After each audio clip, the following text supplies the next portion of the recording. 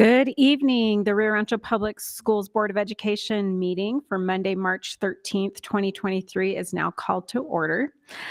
Tonight, as we get started, we have a special treat. We will have some students, Timothy and Lucas from Sandia Vista Elementary School, who will be giving our Pledge of Allegiance, along with, I believe, a news program that they do at the school. So we're all going to stand for that pledge. I believe they're also doing the New Mexico salute as well. And so after those are finished, if you would like to sit down and watch the rest of the video, that would be appropriate. So if all would please arise.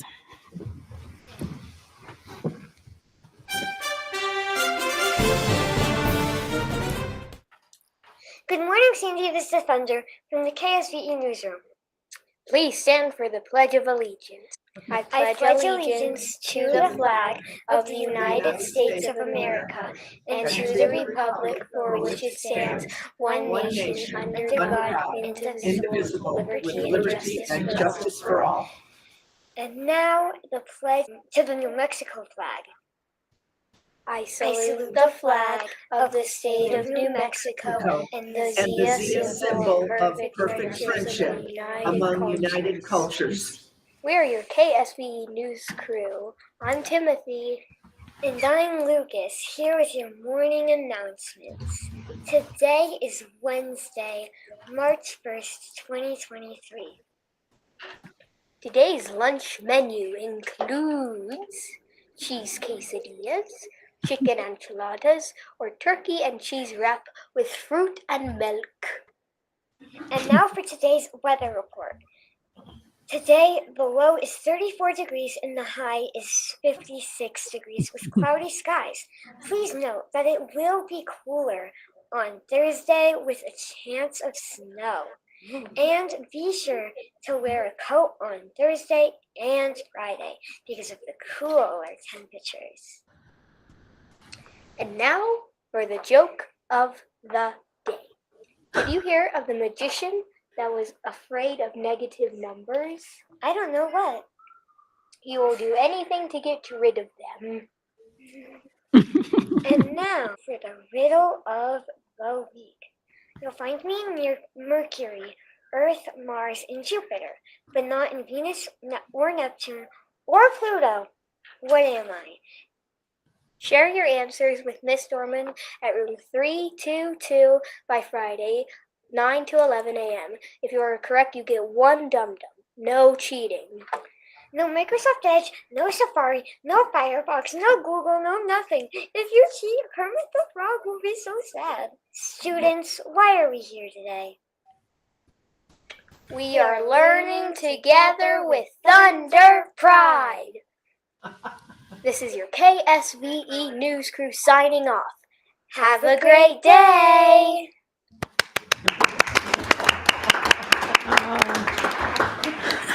That was wonderful. That was absolutely wonderful.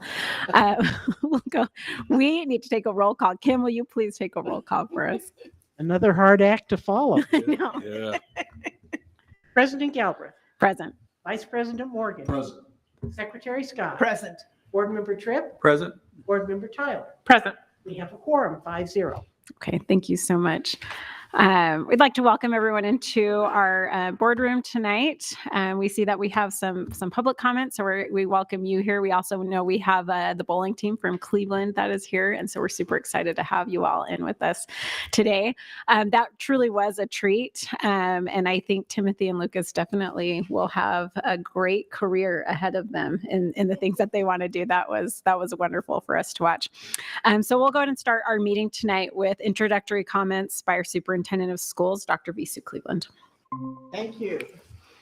And again, on their newscast, it was edited. It was quite a bit longer than that, and they had a lot of other things in it. But for this evening, we made it a little bit shorter. But again, it was great, and we really appreciate Sandia Vista sending us there.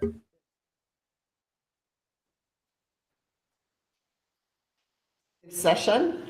A full legislative report is going to be provided by Chris Wilzano and Beth Pendergrass at a future board meeting.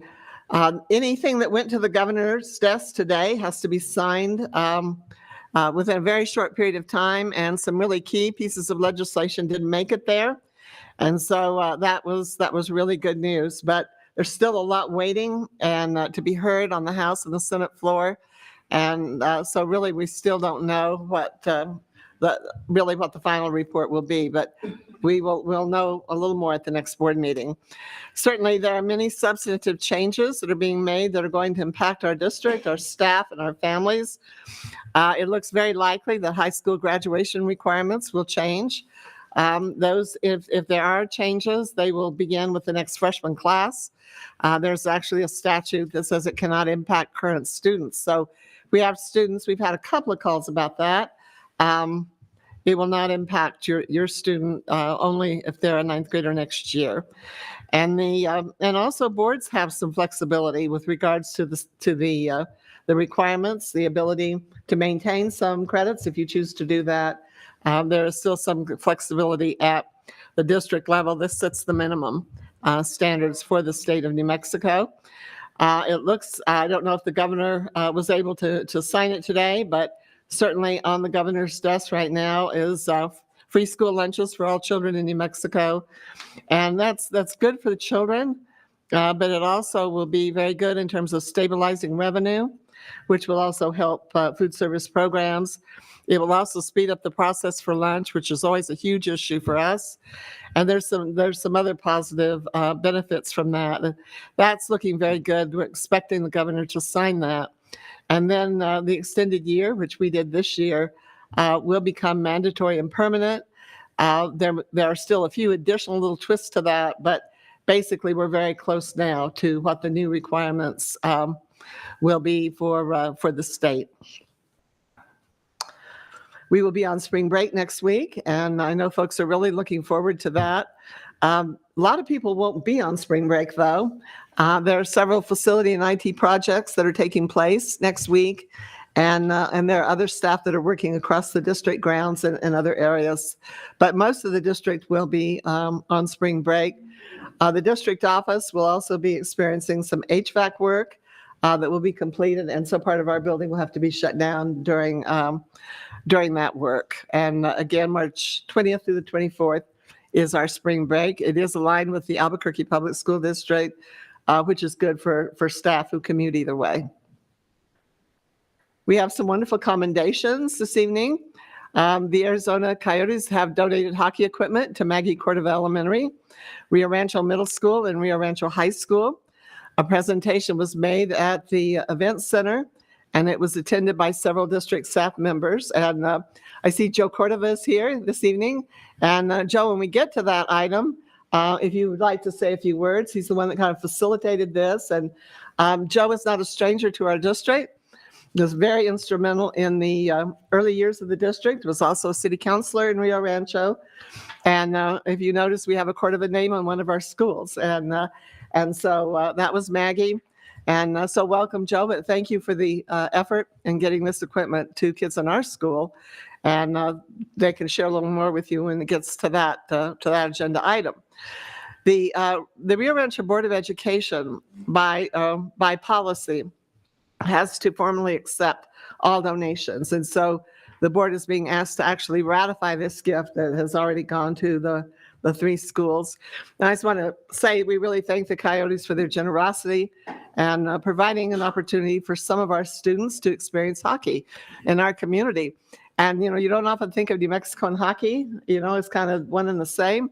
Yeah, we have a very strong hockey community in New Mexico, and we have more and more students who are playing hockey and finding it to be their passion. And so this gives students an opportunity to try it out and see if they might like doing that. Okay. Suzanne Nguyen is the Executive Director of Federal Bilingual and Native American Programs.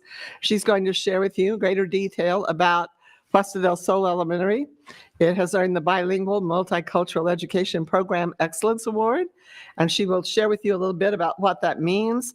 And a very special congratulations to Principal Dana Petro, the staff and students for this important recognition for their school.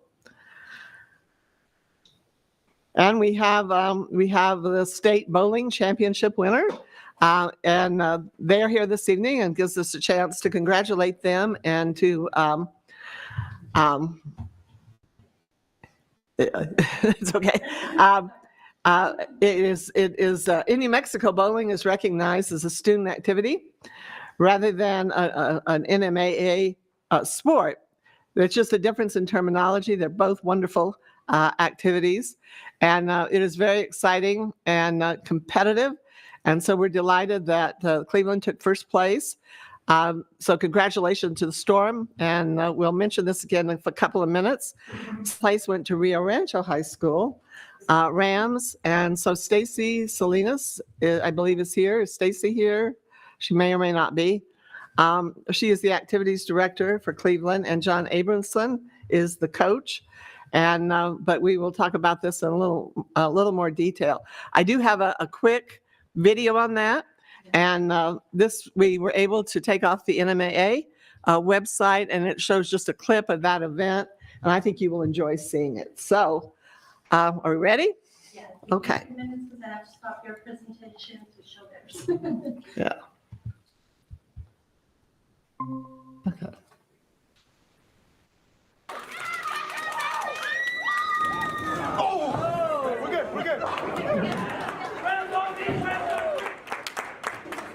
Eldorado just snuck in there.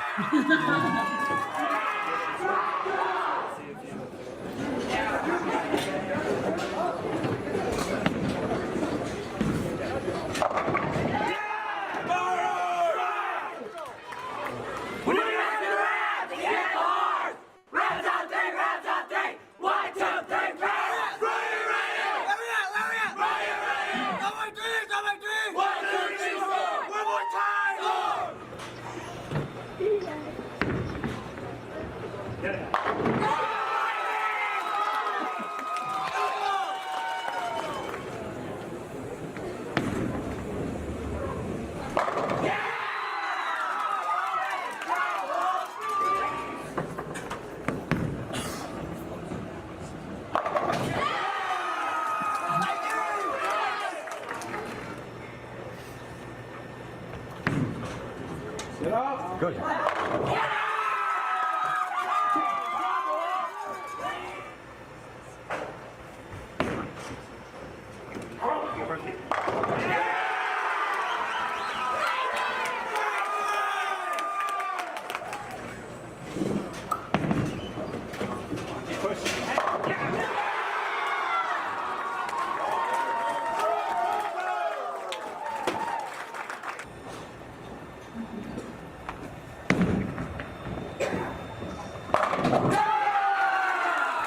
This one is extra special for us.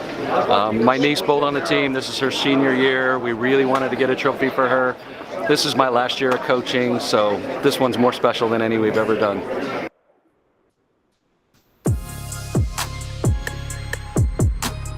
Well, congratulations. And who is here to speak tonight for the team? Would you, okay, come on up. Or do you want to wait? I'm sorry, I'm out of order. You can. Sorry, my mistake. They'll call you in a minute. I just get so carried away. I'm so excited about it. All right. Sorry. Okay. And then President Galbraith has been a member of the Social Studies Adoption Committee for textbooks for the past several months. And she wanted to provide an update to the board regarding her experiences and observations regarding the process. And the actual social studies adoption presentation and the full committee recommendation is going to be brought to the board in the very near future. We have two RFPs very quickly. One is for a copper refresh at Ernie Stapleton Elementary. And that information and presentation will be made by Michael Madrid, Purchasing Director, and Scott Leppelman, Executive Director for IT, or one of them for sure. And then the second is on our substitute teachers and educational assistants, the contract for those services. And that will be presented by Michael Madrid and Mike Chavez, our Executive Director for Human Resources. So those are two RFPs this evening. I would just share with you on the RFP for this year for substitute services. We did, if you recall, piggyback onto the APS contract This year we'll be doing our own contract, negotiating our own contract for those services. All right. And then we have a policy update. Policy 718, administration of medication by staff in compliance with the district health office mandates. And this will be a second reading, therefore the board is required to take action on it. It was discussed at the last board meeting. This policy change was really necessitated by the fact that we had two policies that were a little different and not completely consistent. And this will make sure they're both exactly the same information to be provided for staff and community. And then that will be presented by Sherry Carver, who is our Executive Director of Student Services. And our district legal counsel has also reviewed these proposed changes as well. We have an application this evening for bilingual multicultural education. Suzanne Nguyen, our Executive Director of Federal Bilingual and Native American Programs, will present the application to the board for your review and approval for bilingual and multicultural programs and our services. This particular application is for state funding, not federal funding, and this will be for next year. And I would stress this funds some pretty important programs at 11 of our schools. So it's a very important application, and we thank Suzanne for her work on that. And that's all I have. Okay. Thank you. Thank you. Any questions or anything, Dr. Cleveland? Okay, thank you. Thank you so much, Dr. Cleveland. Appreciate it. Okay, so we'll now go to approve the prioritized agenda and proposed time allocations. Board Member Jeff Morgan, I make a motion to approve the prioritized agenda and proposed time allocations. Secretary Noreen Scott, I'll second. Okay, we have a motion by Jeffrey Morgan and a second by Noreen Scott. All in favor? Aye. Aye. Any opposed? Okay, motion carries 5-0. Okay, now we will move into our public comment portion of our meeting. We have two ways that we have public comment. One of those is through our public comment form, which is through our website. We did not have any public comment, which is odd. That came in through that form this week. The other way is here live in the board room, and so we have about 1, 2, 3. We have five public comments that will be here in our boardroom. As we go through, we'll just go over a couple of items with doing public comment, is that you have 3 minutes to give your public comment. So make sure you have that. And then also the board reserves the right to limit or curtail any repetitive comments or other expressions that are obscene, profane, disruptive of the orderly conduct of the board's meeting. So harassing or defamatory or not keeping in with the decorum of the school board meeting, which includes students or minors. And so with that, and honestly, I'm always happy that we have people who come in and give us public comment. I feel like sometimes we don't have enough of our public coming into our meetings to give their thoughts on different issues. And so I just want to say that I really appreciate these individuals for coming in today. And so I'll name each individual and they can come up. Kim will have a timer that will go for 3 minutes. And when that goes off, then it will be time to end that public comment. It's also important to know that the board, because we don't have these items necessarily on our agenda tonight, that we will not be able to make any comment back to you. And so sometimes it seems a little awkward, but we are unable to make comment back, just so you know that. So we'll start with Ivan Torres, if he would like to come up, one of our students at Cleveland High School.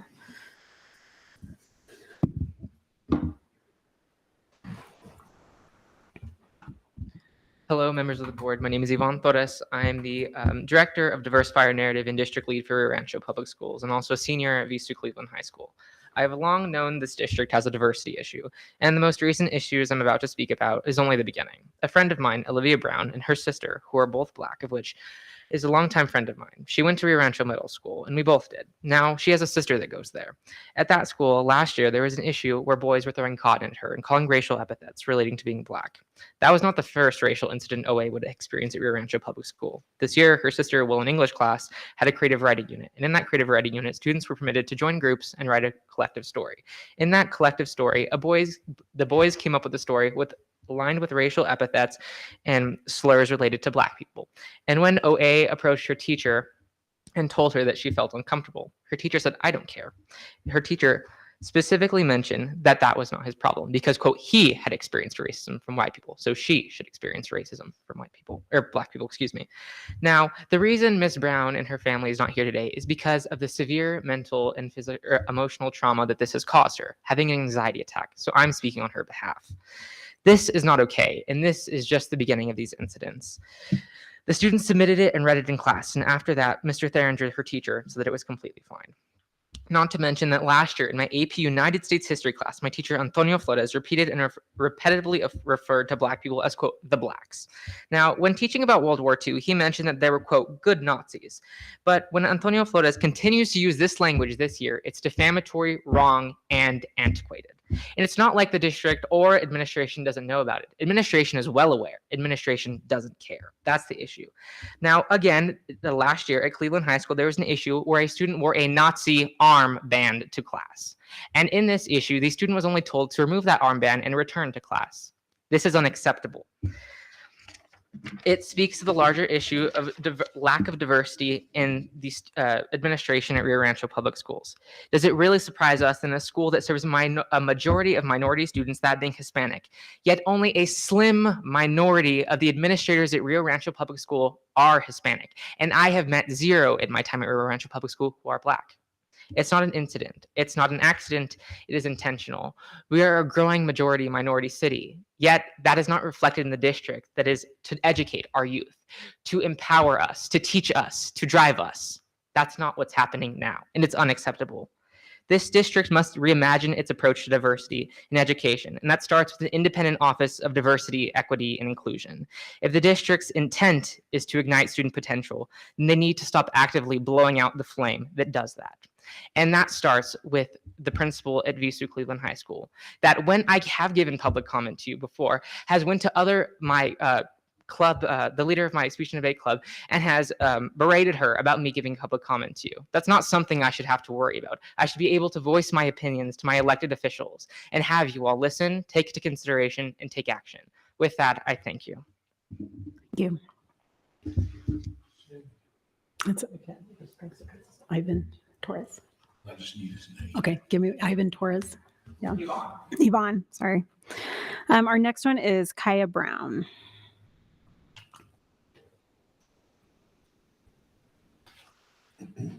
Yat E She'e Kaya Brown Yinisha. My name is Kaya Brown. I am a junior at Visu Cleveland High School, and I serve as president of the Native American Student Union. And I also serve as the Navajo Urban Representative of the New Mexico Indigenous Youth Council. I came here to voice my opinion and my word for Native students as a whole at our school and at our district. It's just unfortunate that I have to come here to explain and voice on the ignorance that goes on not only around our students, but our staff as well. Personally, I have experienced ignorant comments and microaggressions from teachers myself that have said numerous just ignorant comments just about how making noise in classrooms is considered a powwow, or when our student union became known and we had school announcements, we were represented with headdresses and dream catchers. And it's unfortunate that our teachers think that this is okay to address us in this way when we are a minority within our school. And we deserve to be represented in a way that we feel our identity is recognized and we aren't marginalized as a small community. And I hope that there can be some training and some cultural sensitivity training on our teachers so they can understand that these comments do mean a lot to our students and they do upset a lot of us and we do feel belittled by them. And I thank you, and these are my comments. Yeah. Thank you. Our next comment is Mary Bissell.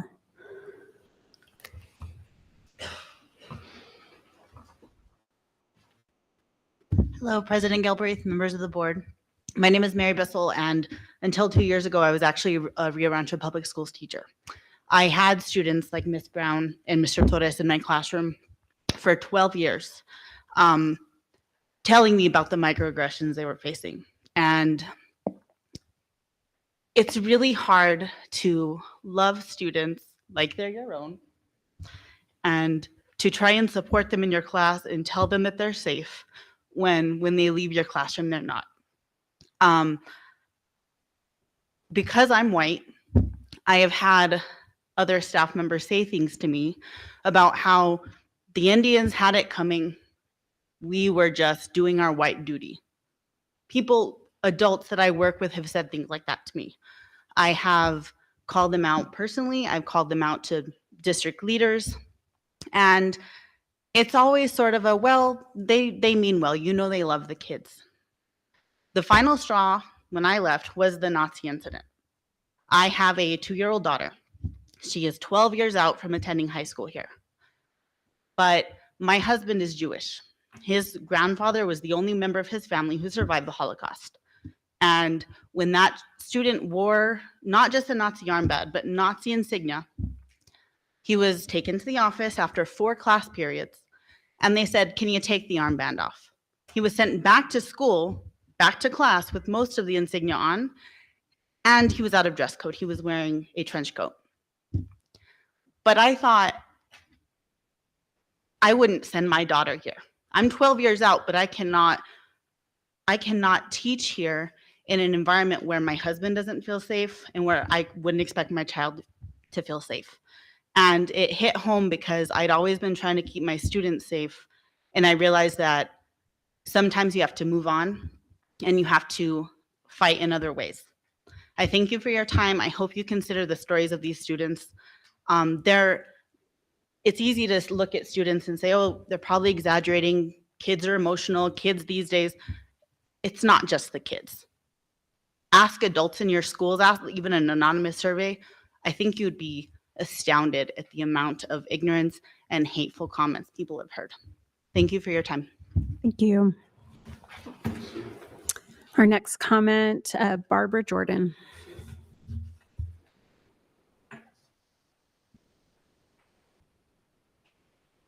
Well, thank you, Board, for hearing these comments. My name is Barbara Jordan. My son is Devin Jordan. He is a senior at Cleveland High School. We arrived here in Rio Rancho in October of 2015 after I served 20 years in the Air Force. It took no more than for him to hit middle school for the first time that he was called a nigger. I did email the superintendent and I emailed his teacher at the time, and I was ignored. And then again, it happened in 2020, and I stand in solidarity with these students and the teachers and parents to let you know that it's an ongoing problem. My child should not have to come to school amongst all the other things that they have to deal with, and deal with microaggressions and flat out discrimination just trying to get through school. These kids have enough on their plate. They have enough on their mind. Their mental health is always at task. And yet my child still has to go through this. I actually picked my home based on the school. So I was proud to be a member of Rio Rancho community. And I was proud to have my child go to Rio Rancho Public School District. I regret sometimes that we're here because of the things that my child has to go through.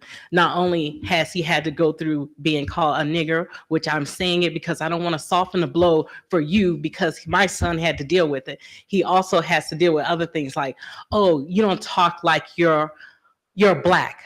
Oh, you should just get dreads, things like just multiple things that he has to go through every day that he goes to school. So I'm asking Rio Rancho Public School to look at this head on, to stop ignoring the issue. It's not going to go away. We're not going to go away. Your minority community members, we're not going to go away. We need your help, and it starts from the top down. So I'm asking you to hear these comments, to know that these are lives that are being affected, and to take action. And we need for you to take action now. Thank you so much. Thank you.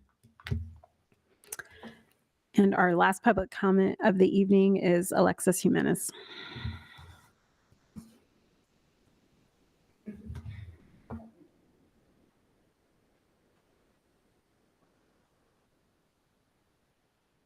Maruaweka, Nanani, it's Alexis Jimenez. My name is Alexis Jimenez. Hello.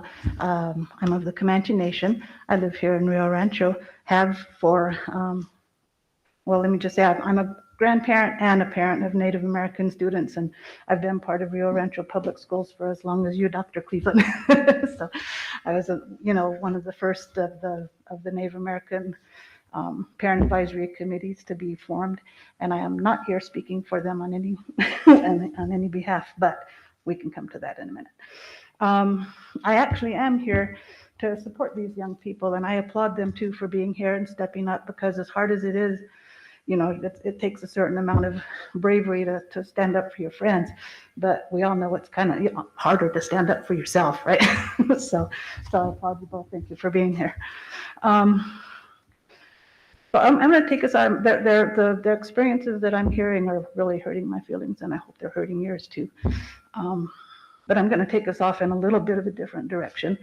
One of the things that I've noticed at Rio Rancho when I'm hearing about the Native students and how they're doing is compared to other Native students throughout the state.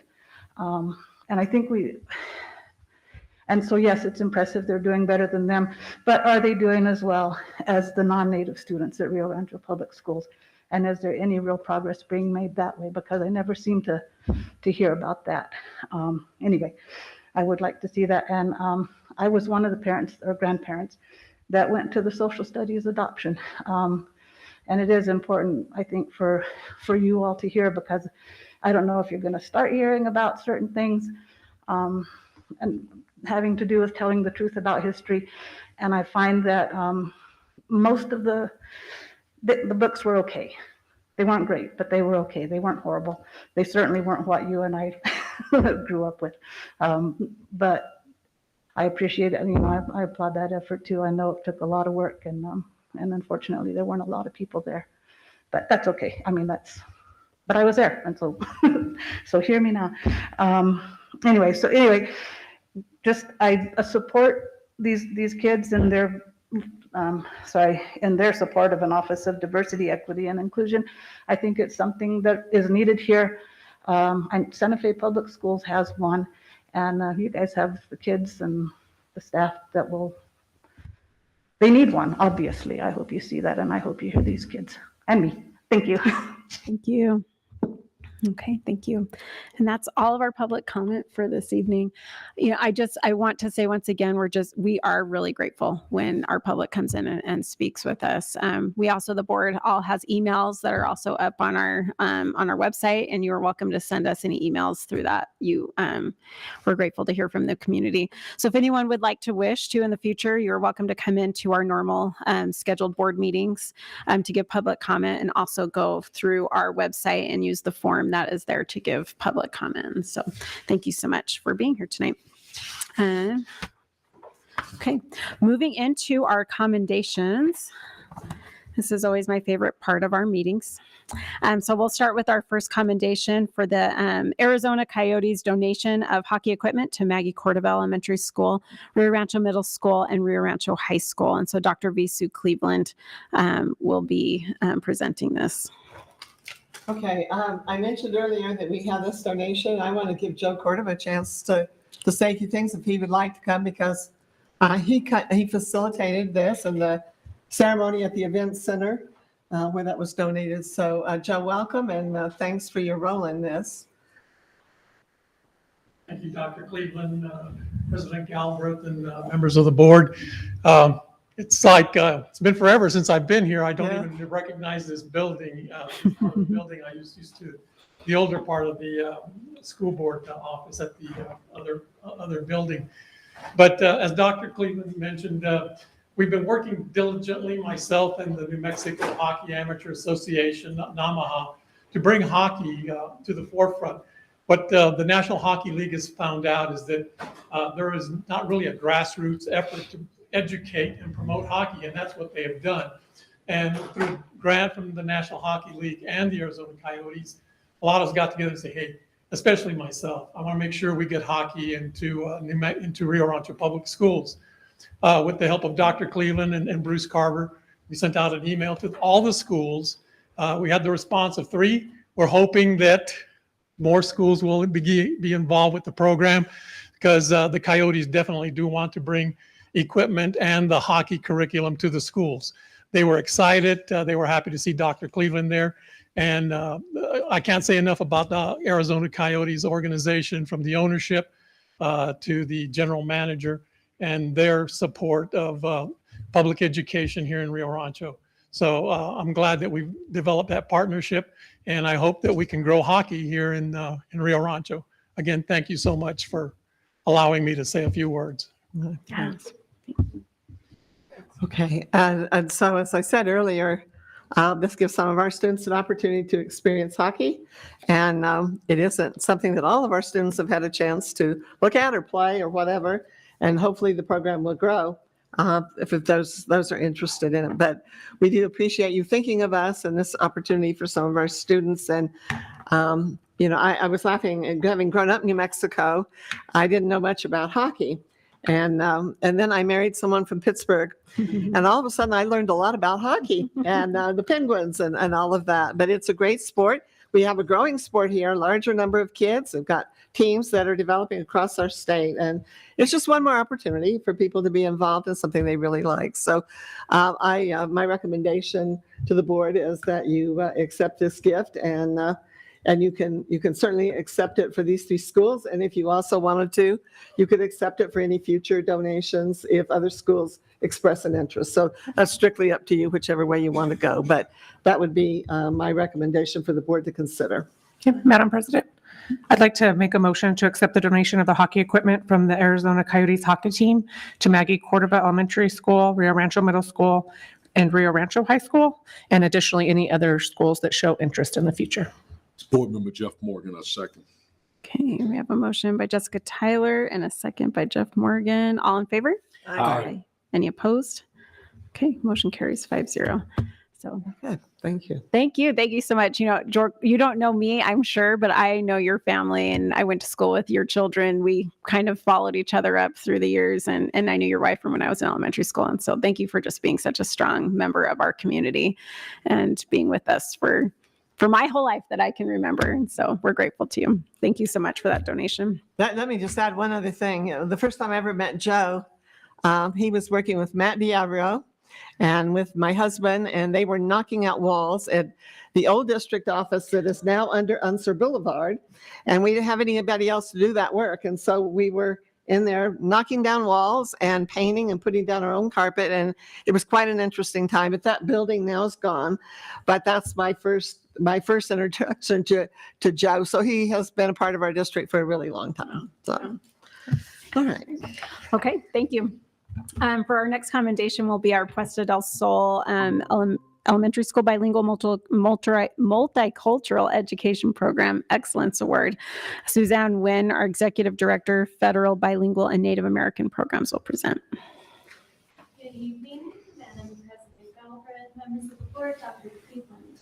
I'm happy to share the great news that Puesta del Sol Elementary was selected for the Bilingual Multicultural Education Program Recognition Award. We have with us tonight Dana Pedro, Principal, Francis Segovia, Bilingual Coordinator and Teacher, Claudia Stovall, ELT Coordinator and Bilingual Teacher, and a parent, Isabel Pena. The New Mexico Constitution, Article 12, Section 8, recognizes the value of bilingualism as an educational tool.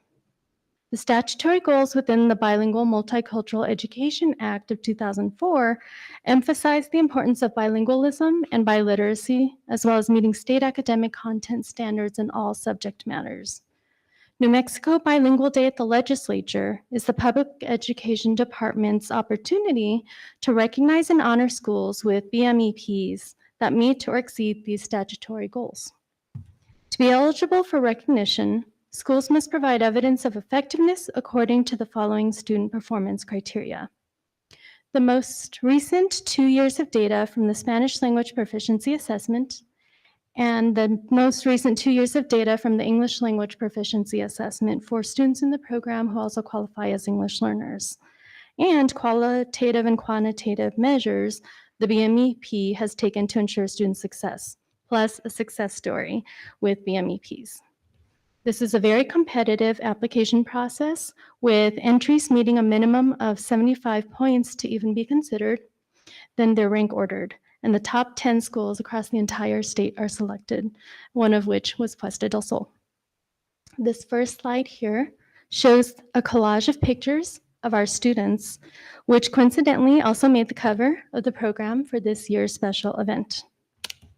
Next, we have a group picture of our students, staff, and some parents outside the Capitol building. Next, our presence filled the rotunda onto the upper levels. Congratulations to the students, staff, and community at Puesta del Sol.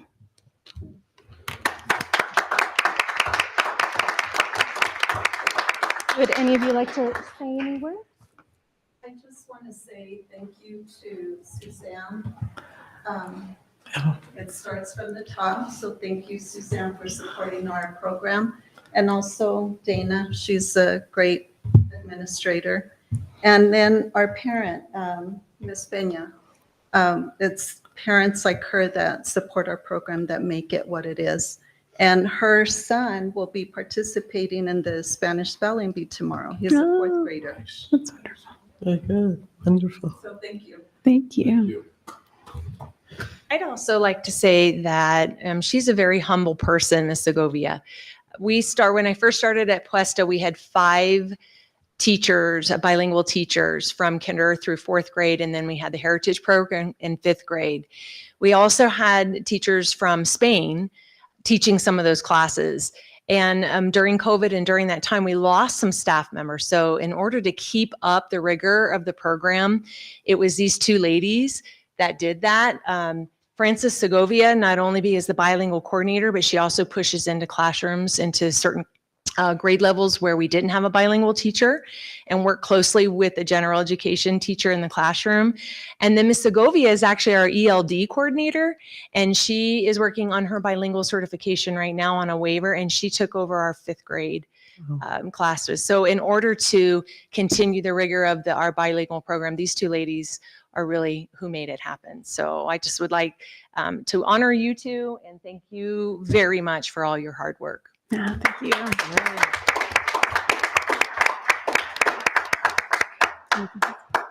Sorry, I didn't prepare anything or anything big, but I'm really grateful for having my child, both my kids. I have 3 boys. Once my other one starts, going to Puesta, same thing, putting him straight into dual language. They learn so much. They come home, they come all happy. Hey, Mom, this is what I learned, and I'm really grateful for them. At home, and then a lot of times I've been told, like, you need to speak Spanish at them at home and everything, and they encourage me. I grew up speaking Spanish, but then once I started with my children, I was so used to English, so like they're teaching me, they're reminding me how important it is to speak 2 languages and everything like that. So I'm really grateful for the program. Yeah, thank you. Thank you. Thanks so much.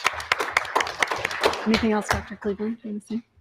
I just want to, again, thank you all for your hard work. And this is a wonderful recognition and so well deserved. And so it's nice. I know you don't do it for the recognition, but it's really nice when people notice it and appreciate it and make it the really big deal that it is. And so we thank you for your hard work. And it's great. And I think I ran into you at the Capitol in that process. And so very competitive process. So congratulations to all of you. Thank you for your hard work. Yeah, thank you so much. Noreen, did you have something? I just concur with what Dr. Cleveland said. It's really appreciated that you put the energy and time into helping so many children. Thank you. Yeah, thank you. Anyone else? Anything else? Okay, thank you. Thank you so much. Thank you. Yeah, congratulations. Thank you so much. It's during these times when our students are young that they're with languages and such that they're most impressionable. And actually at Puesta del Sol Elementary, where I first attended, I remember Miss Lopez teaching us Spanish during that time. And now that I'm trying to learn Spanish again, it's that Spanish that I still remember the best. So I'm grateful, very, very grateful that we do this in elementary school. Thank you so much. Okay, so now thank you for staying with us, Cleveland High School. So it's our Cleveland High School bowling team state championship recognition. We have Stacy Salinas, I believe, from CHS Activities Director, John Abramson from CHS bowling team head coach, or whoever is who will be presenting. Please come on up, and you can bring your students up with you. Could you introduce everybody who's with you? Yes, that would be great. Hi guys, thanks for having me here. I absolutely did not expect it. I'm Coach John Abrahamson. It's surreal. I was on the team back in 2012 as a state championship team. So I thought that was pretty cool to give that back to them. Right here I have our freshman, Shane Muller, who was on the state team, and junior Gabe Reyes, who both performed really well. Both of these guys did excellent in the state championship. But yeah, I want to thank you guys for commending the team. Again, not something I expected. Thanks to the parents that had to schlep their kids every week for 10 weeks to the tournaments. My assistant coach Dennis, you saw him in the video. He was a huge help. I want to thank the school, Cleveland High School, for giving me the opportunity to coach it. And thanks for having me here. I didn't really prepare much, but thank you guys. Thank you guys so much for having us here. Thank you. Can I pick on one of your students? No, feel free. I don't know who's more comfortable with I speaking. did it all season. Feel free. Do you mind? I just want to hear a little bit about your experience of being on the team. Would you mind just giving us a quick moment? If that's uncomfortable, that's okay. But yeah, I joined Cleveland High School bowling team last year, and I've improved so much from the team. They've been so much help since I did state last year, and my average then was about, I'd say, a 167. And this year, with my high series from personal record and stuff, I scored a 242 average on the state team. All because of like my coach's help and all of like the inspiration from the team. That the morale is just really good on the team. Everybody's cheering for each other. Like if somebody misses a spare or something, we'll always just saying like you can get the next one. You got this, and it's great. The whole team is just awesome. awesome. Thank you so much. Thank you for sharing that. Thank you guys, and congratulations. Congratulations. Thank you. Okay. Let me just add one thing. We've had a long history of bowling and strong bowling teams in our district. And so it's great to see a state championship out of that. But it is. I watched it. You're just truly amazing. I mean, really are. So thank you for coming out tonight and giving us a chance to congratulate you. Yeah, and I think you guys have close-knit teams. I've talked to different members around the city at Volcano and also at Rio Rancho, and they love bowling and they love their teammates, and so I think it's just a fantastic thing. And I wish you good luck with powerlifting, another up-and-coming sport in our district. So I hope that goes well for you too. Okay. Well, thank you for being here tonight. So for our next item, we'll go into reports. And so I will be I just wanted to take a moment to discuss the social studies committees and their hard work. I'm not really giving a fully comprehensive report on everything that they're doing.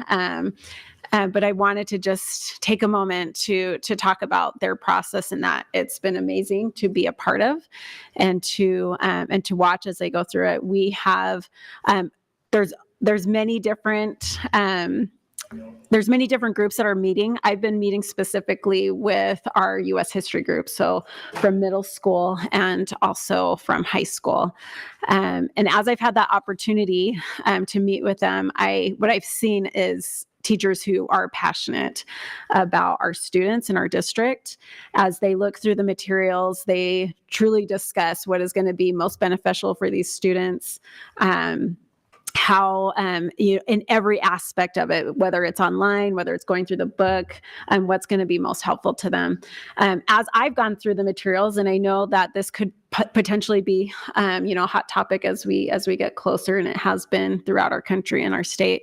But I do want to say that I haven't seen anything as I've gone through the textbooks at this point that has caused me any great alarm. As we had that parent talk about, I thought that the books that they're good. And so with that, I do want to also give you an invitation that if you are interested, this isn't just something that President Galbraith gets to do and look at these textbooks, that we will be voting on these books at the end of April is the tentative date for that last meeting. And so if you are interested in looking at any of the textbooks, you are welcome to do that. You can work with Erica Lozano, or also Todd if you want to talk with either of them, or you can schedule it through Dr. Cleveland. And if you want to just have an opportunity, we don't want to bombard them. They have a lot of work that they're doing, but they do have a lot of copies of the textbooks. So if you would like to sit down with those, or I'm sure you could even bring some of them home and look at them and bring them back so that you can do that. But really, that was my point of just giving that update today, was to let you know that you're welcome to look at those textbooks. Any questions? Go ahead. So, Madam President, there's a possibility where we could check a few out, study them for a few days, and then bring them back and forth. Okay. Thank you. And they've narrowed it. I think some of them already are pretty sure which books they're going to use, and they've narrowed it down. They're going to have their last vote here in a couple of weeks. And so you don't have to take, like during Christmas, I have my house was just loaded up with all the possible textbooks that for those two groups that they were going to go. It was like a mountain. But now that it's narrowed down, yes, you could just take a couple of those and take a look at them. So like I said, if you are interested in that, please let Dr. Cleveland know, and she'll make sure that you can. I'd very much love to do that. Okay. Okay. So with that, any other questions or any other comments? Okay. All right. Thank you. And so I think I worried the curriculum department a little bit that I was going to give their reports for them, but not at all. I just wanted to make sure that we knew that that was coming up, and that it's a very important vote that we should take seriously. And so if you'd like to look at those books, that you could do that. Maybe they were excited and relieved. I don't know. I know. I know. I know. They honestly, it is. I just have to say one more thing it's been wonderful to be with the teachers of our district, just to see how much they care. And I think when they first had me on their committees, they were a little nervous about having me there. And just over time, they've definitely they've realized that I'm just a person just like them, and I'm just interested in our students. And so it's just really been a great experience. So I want to thank all of them as well for all their hard work. Okay, so we'll go to approve our consent agenda. Any questions? Madam President, I'd like to make a motion to approve the consent agenda. Board Member Jeff Morgan, I second. Okay, we have a motion by Jessica Tyler and a second by Jeff Morgan. All in favor? Aye. Any opposed? Okay, motion carries 5-0. Okay, we'll now go to the business portion of our meeting, and we have 4 items of business, and these will all be action items tonight. So for our first, we'll consider the award of RFP number 2023-014-IT-E-rate Category 2, Ernest Stapleton Copper Refresh. And Michael Madrid, our purchasing director, will present. Thank you, Board President Galbraith, members of the board, Superintendent Dr. Cleveland. As indicated, this is a solicitation for award request of the board. I think before I get started with my presentation, I do want to acknowledge the IT team and thank them for their assistance in developing the technical specifications and putting together the E-rate grant and all these other pieces that are required to get this funding. As it relates to this procurement is, as indicated, a copper refresh to upgrade the old Cat 5 cabling at Ernest Stapleton. This will be a 2-year project depending on funding that we get from E-rate Central. We received a total of 4 responses to the solicitation. ACOM Technologies out of Albuquerque, Advanced Network Management out of Albuquerque, Converge One Solutions out of Albuquerque, and Cypress Communication Systems out of Corrales, New Mexico. As is typical, we review these solicitations, we review the information that they provide. And unfortunately for Advanced Network Management Incorporated, it was determined that they were non-responsive. They did not acknowledge some of the mandatory affidavits that were required, and they didn't also acknowledge the addendas that modified the scope of work. So they weren't elevated for review by the evaluation committee. So that leaves us 3 responsive offers, and recommendation is for the highest ranked offer, Cypress Communication Systems. And with that, I'll stand for questions and then redirect you, if you so choose, go back to the requested action. Maureen Scott, do you have a? No, I move we accept the proposed Cypress Communication Systems as Mr. Madrid has proposed. There's a question before. No, I don't have a question. Sure. Okay. Board Member Jeff Morgan, I second. Okay. I thought you had a question. No. We have a motion by Noreen Scott and a second by Jeff Morgan. Do we have any questions before we go into our vote? Okay, Kim, can you take a roll call vote for us, please? Vice President Morgan? Yes. Secretary Scott? Yes. Board Member Tripp? Yes. Board Member Tyler? Yes. President Galbraith? Yes. Motion carries 5-0. Okay, thank you. Thank you. Our next is to consider the award of RFP number 2023-013 HR temporary services for substitute teachers and educational assistants. And Michael Madrid once again will present. Board President Galbraith, members of the board, Superintendent Dr. Cleveland. This is a recommendation of the Evaluation Committee that the board approve award to Kelly Services, the highest ranked offer for the solicitation.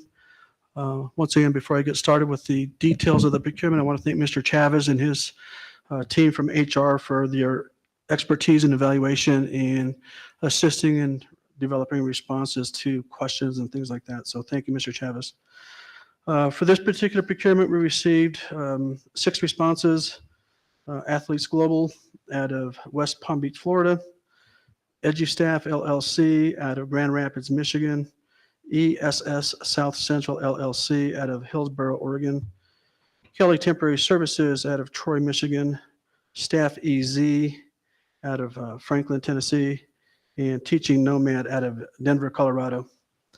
As is typical, we do conduct the pass-fail verification, and once again, we had a submittal from Athletes Global that was deemed non-responsive. They didn't provide an extensive amount of evaluation information that we needed to really review their proposal.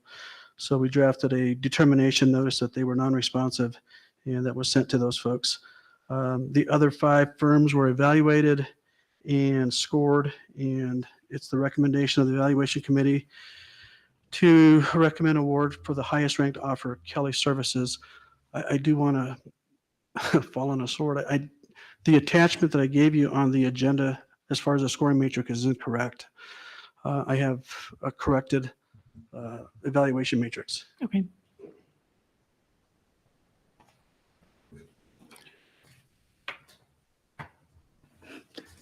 Do we have questions before or after the recommendation? Before we go into motion, or even after, you can ask any questions that you'd like to. Is that okay? So do you want to still present it, or would you like to take a question? I have a question too. Okay. Okay. We have a Go couple ahead. questions. I just wanted to go over the matrix that I gave you and see if there's any questions. So it breaks out the evaluation by each committee member. Each committee member ranks the evaluations, and what we do is we take the overall ranking and we average those rankings, and the very last page shows the overall ranking by the Evaluation Committee. You can see by the overall ranking on the last page, Kelly Services was the unanimous #1 selection for the Evaluation Committee. And once again, I apologize for the disconnect. It's totally on me. Okay. Mr. Madrid, is the Kelly Services local office who you will work with? You're not really working with somebody out of Michigan, are you? That is correct. There is a local presence. The response, and that's why it's referenced as Michigan, came from those folks, and they probably put the solicitation together, but there is a local presence. And they will be the ones who will be working directly with the district, is that correct? Correct. Mr. Chavez, I don't know if you want to give some more detail on your interaction with the folks here in Albuquerque.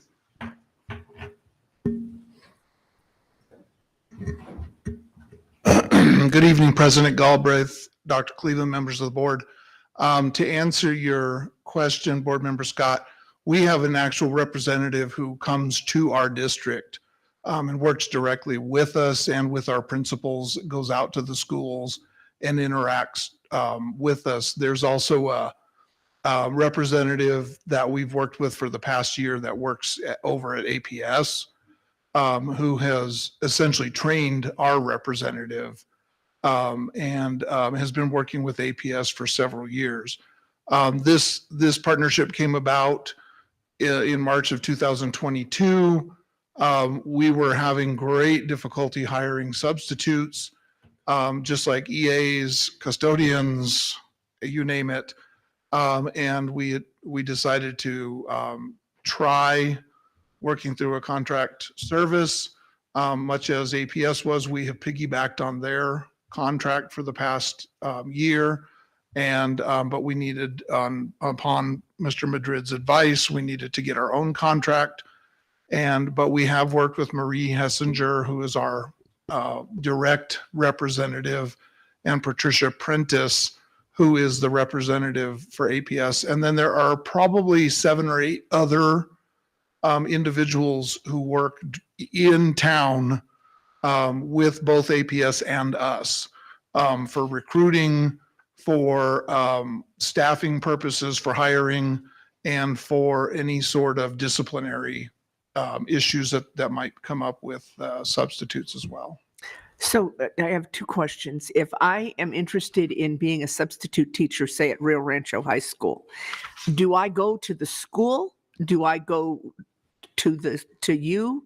How do I become a substitute teacher under this format? And then my second question is, are we doing background checks? Oh, yes. So the process is essentially the same as it was when it really hasn't changed from when we hired our own subs.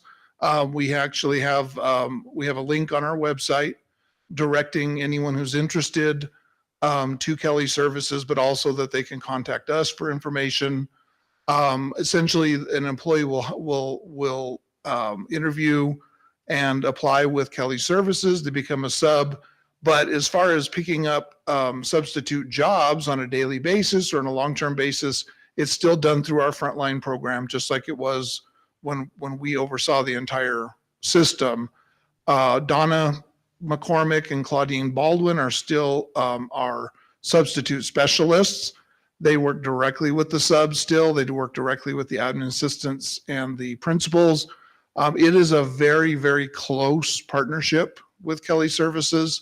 And very little has changed in terms of, in other words, it wasn't just a handoff to them and we walked away. We have worked hand in hand with Kelly Services on this entire process so that the subs didn't feel like they were simply being handed off and left without being part of Rio Rancho Public Schools. And yes, absolutely, anyone working with our students, be they a volunteer, a contractor, contractor's employee, or an applicant for permanent employment with Rio Rancho Public Schools, is required to have a background check and to complete a great deal of training. But one of the things we kind of liked about Kelly Services is they have taken over much of other training with the substitutes and do some extensive training as far as what it means to be a sub, how to be a sub, how to be a good sub. Okay, thank you. You're welcome. And then go ahead, Gary Tripp.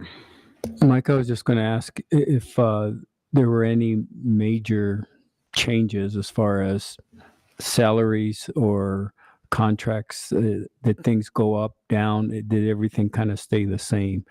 Well, actually, this last year, things went up significantly because the state of New Mexico required that all employees earn a minimum of $15 an hour. So our subs prior to that were earning quite a bit less than that. So this last year for 22-23, the minimum that a substitute would earn would be $15 an hour, just like our EAs and our clerical and those positions. I am working with Dr. Cleveland and the cabinet at this time to discuss what type of salaries we might be looking at. So we have not entered into the contract negotiations portion of this RFP yet with Kelly Services, and we will be talking about, and I'm sure Mr. Baker will have something to say as well. We'll be talking about what salaries we'll be looking at for substitutes for the coming year. That's a very good question. So, and my last question is, do we continue to see, because the last time you gave a report, we were seeing very positive results. Are we continuing to see positive results in attracting more substitutes to the district?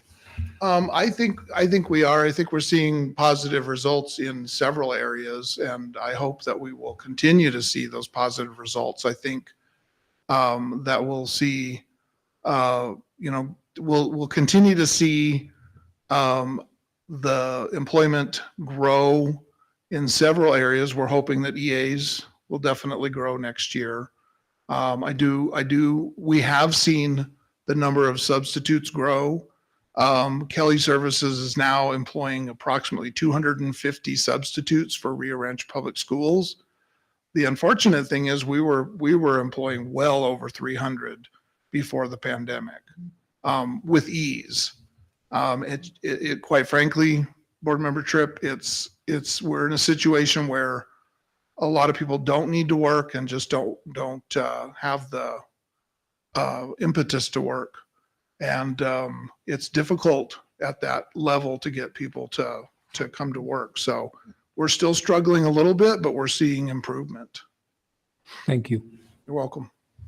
Madam President, I'd like to make a motion to consider awarding RFP number 2023-013-HR/temporary staffing services for substitute teachers and educational assistants to Kelly Services. Board Member Tripp, I'll second that.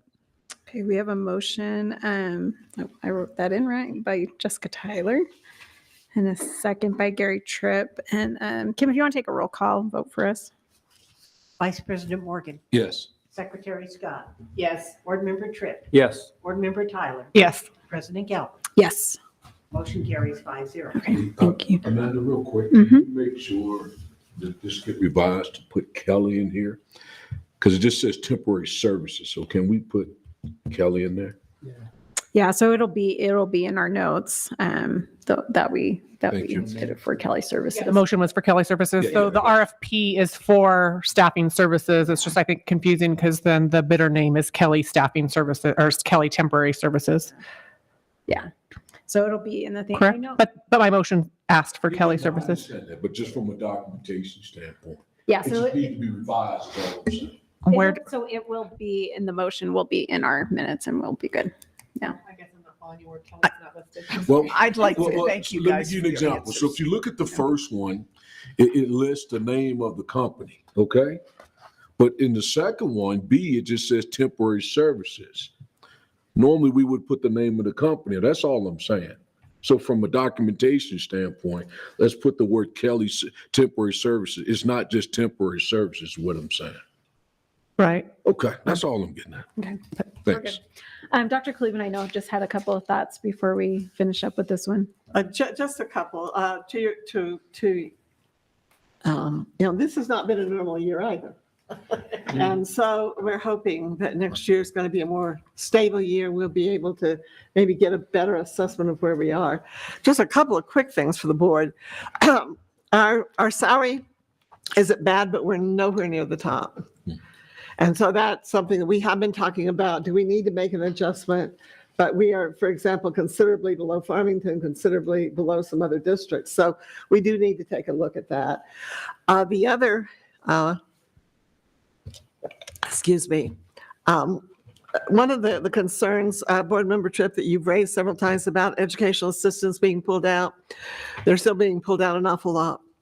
And so we haven't been able to resolve that, but we're working on it. And so we've still got some issues that we've got to work through. But again, this was an irregular year. We're still trying to work our way through some of those things. I think compensation is something we're really going to have to look at if we want to remain competitive. We're going to have to be competitive with other districts. And so there's some things that obviously we've got to work on. That's all. Okay.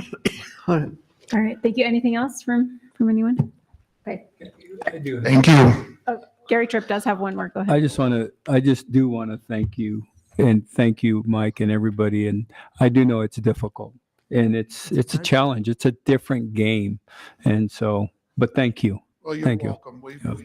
We enjoy very much what we do. So we recognize the challenges, but we enjoy working with all of these folks. So thank you very much.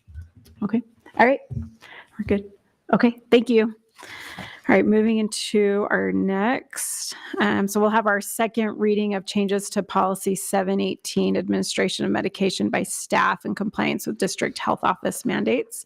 Sherry Carver, our executive director of student services, will present. Good evening, President Galbraith, members of the board, and Dr. Cleveland. This is the second reading of policy 718. And you'll recall that when I brought it to your attention, we just simplified the wording in this policy to say that nurses basically will administer medications unless there's special situations. And then in this policy, we're referring you to board policy 1029. Okay. Any questions for Sherry? Okay. Motion. Madam President, I'll make a motion to accept the changes of policy 718 or approve the changes to policy 718, administration of medication by staff in compliance with district health office mandates. This is Noreen Scott. I'll second. Okay. We have a motion by Jessica Tyler and a second by Noreen Scott. And Kim, if you'll take a roll call vote for us. Vice President Morgan? Yes. Secretary Scott? Yeah. Board Member Tripp? Yes. Board Member Tyler? Yes. President Galbraith? Yes. Motion carries 5-0. Okay. Thank you. Thank you. I do want to point out Yeah, that go in the ahead. future, we may bring policy 1029 to just kind of clean it up as well. Okay. And that is when we can delve deeper into the whole medication policy. It's like 22 pages long. Oh, I have a kind of a quick question. So like this one, like we're just kind of telling them to go look at 10. Can we not just like get rid of a policy because it's all numbered so nicely that we need You to? know, we discussed that and Lauren said, let's just leave it there so there's not a skip. There's not a skip. That's what I Not a figured, but okay, that's fine. Good try. That's why I was like, why don't we just throw that away? President Galbraith, who seconded that? It was Noreen Scott. Okay, thank you. Madam President, members of the board, Dr. Cleveland, my name is Lauren Hatch. Yeah, so there's not a skip. That's one of the reasons. But the other reason is board policy 718 is in the employment series. Oh, And- yes. And Mhm. 1029 is in the student series. And so just so that it doesn't get lost. Mhm. And if people are used to looking for it in 718, we want to make sure that they're going to the right place. Makes sense. So- Okay. Thank you. Thank you for Thanks, explaining that. Lauren. Appreciate that. Okay. Any comments? Okay. Our last item will be consider approval of the 2023-2024 bilingual multicultural education program funding applications. Suzanne Nguyen, our Executive Director of Federal Bilingual and Native American Programs, is presenting. Thank you. Hello once again, Madam President Galbraith, members of the board, Dr. Cleveland. Tonight, I respectfully request for your review and consideration of approval the NMPED State Bilingual Multicultural Education Program funding applications. New Mexico is the first state in the nation to have a bilingual multicultural education law, passing the BME Act of 1973. The law was expanded in 2004 and stands as an exceptional national model for state legislation. This year marks the 50th anniversary.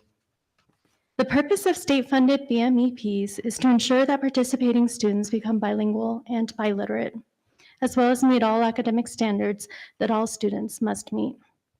This year's funding applications are for continuing programs at Maggie Cordova Elementary, Puesta del Sol Elementary, Eagle Ridge Middle School, Rio Rancho High, and Visu Cleveland High, and a new program this year at Lincoln Middle School.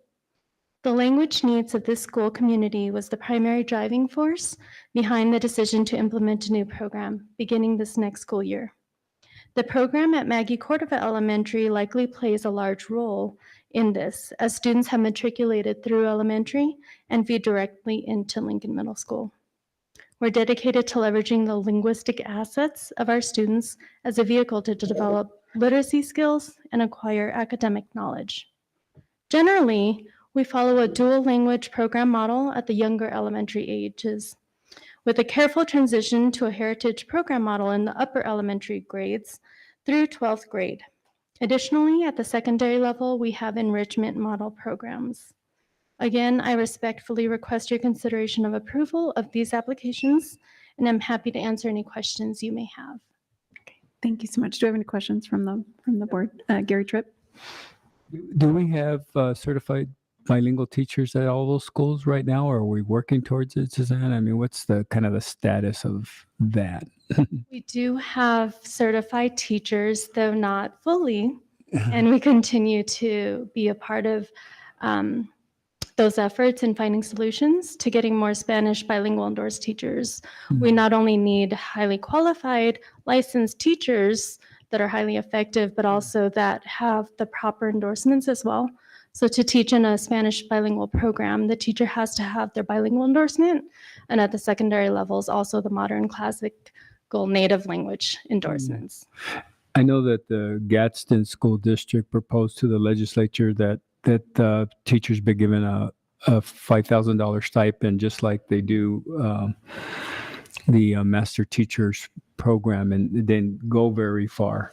But to really say we're a diverse community, if we're going to start walking the walk, and maybe we need to make a push towards those ends as well. Not that all our teachers need in this community like they do, but that there's some funding that would allow us to help teachers get to where they're going. So maybe something we want to think as a board as future legislative actions in the future, if we're going to put our fight there. Yeah. Thank you. Yeah, I most certainly appreciate that, especially the support of the board always. We do currently offer a $3,000 stipend, though we know that can only go so far, but it does help. Mm-hmm. And some other avenues that we're pursuing include targeting specific post-secondary institutions that have a high number of programs that do work in Spanish-speaking countries. And also through the Visiting Teachers from Spain program that we've been participating in for numerous years, and expanding that to the Visiting Teachers from Mexico program. Yeah, it's great. Thank you. Thank you. Dr. Cleveland, did you have anything you wanted Well, to? just to your point, and I think kind of an interesting example is we started this year, we couldn't find a Spanish teacher. And I said, what do you mean? We can't find a Spanish teacher. This is New Mexico. Why can't we find a Spanish teacher? And so you have, but you have a tremendous competitive environment today for people who are dual language in business and medicine. And they are certainly, in great demand. And so really encourage our students to maintain those skills. But it isn't always easy to find people just because they are in such high demand. But I think the idea of an additional stipend for anyone who is willing to, speaks a second language and willing to perform any of those services would be a very valuable thing to do for our students. We do have some incentive, do we not now, for Native American teachers and staff in our state. It would be nice if we also looked at a stipend for dual language. All right. Thank you. Any other questions? No. Madam President, I'd like to make a motion to approve the 2023-2024 bilingual multicultural educational program funding state applications. Board Member Jeff Morgan, I second. Okay. We have a motion by Jessica Tyler and a second by Jeff Morgan. And Kim, if you want to take a roll call vote for us. Vice President Morgan? Yes. Secretary Scott? Yes. Board Member Tripp? Yes.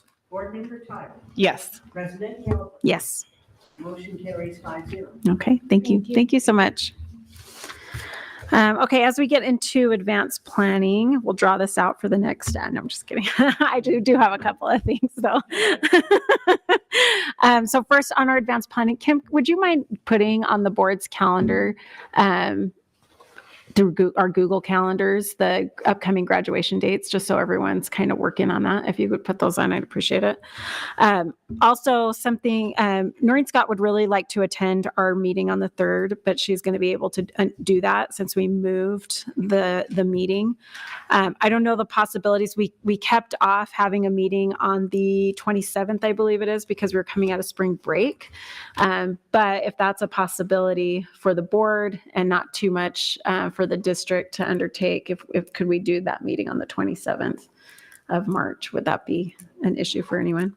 Dr. Cleveland, did you want to speak to that? Well, just to say the 27th, that's our regular board date. Mm-hmm. It was the board that requested not to have it immediately following spring break. Yeah. So, the district can accommodate whatever the board wants us to do, but the 27th is our regular meeting, normal, the 2nd and 4th.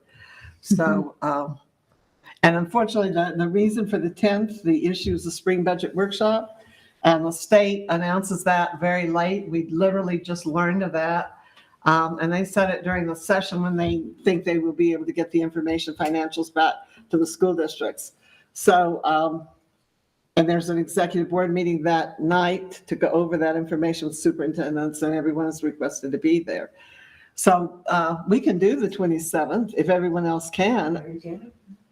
How's that for, Gary and Jeff, does that work for you or no? It might be okay. okay. All for you, Noreen? Thank you. Thank you very much. I will be in town. I should go on a cruise or something, but that's not happening. So if that's, why don't we put that in for the 27th? Do you want to get back to us for sure if that's going to work? We don't want to I'll just, make it work. okay. I was just going to ask about the spring board workshop, the regional meeting. Oh, that's upcoming. Is that on our notes? No. Did I miss it? It's not, I didn't see it. It's on the 12th? The 12th of April? Oh, yeah. So Oh, there it is. mhm. It is, okay. I didn't see it. Thank It you, is. I'm sorry. That's in Las Lunas. So let me just quickly go through some of these dates, even though we just talked about a few of them. So real quick, so the board agenda for the 3rd is going to the 20th. Yes. Mhm. The workshop and everything. Yes. Yeah. Yeah. Okay. And there's going to be a audit committee or a finance committee, I can't remember which, on the 13th. No matter whether we move the meeting or not, I got a call from Darlene saying that we were going to have the meeting anyway. So I think it's audit committee, Gary, but I'll check my notes. It doesn't have to be.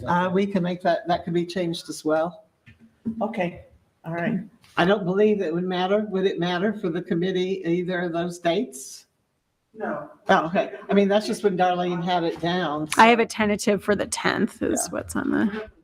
I know the board prefers the to come 10th. out one night rather than two, if we can manage that. So, all right. Okay. Okay. So I've been coming to everyone good on those dates. So we got March 17th will be our middle school parent teacher conferences. No classes for middle school students. The 18th, thank goodness for our legislators, is the end of the legislative session. And then the 20th through the 24th is spring break. And then once again, we'll have a meeting now on March 27th will be a board workshop and a board meeting here in the boardroom. And then for the rest of the dates, please just refer to your agenda for those dates. Anything else on advanced planning? Okay. Anything? Yes. Tomorrow's the Spanish spelling bee for district. Oh, that's right. Okay. So the Spanish spelling bee is tomorrow here in this boardroom. What time does that start, Claudia? It'll start at 10. Okay. At 10 a.m. Thank you. Okay. Thank you. Okay. Our meeting is adjourned for this evening. Thank you so much for being here. Thank you. Thank you guys for changing that. I really appreciate it. You, my friend. write it down. She owes you one right here. Pam, is this the correct pen? The one I left up there? Yes. I believe so. Okay. Get it right.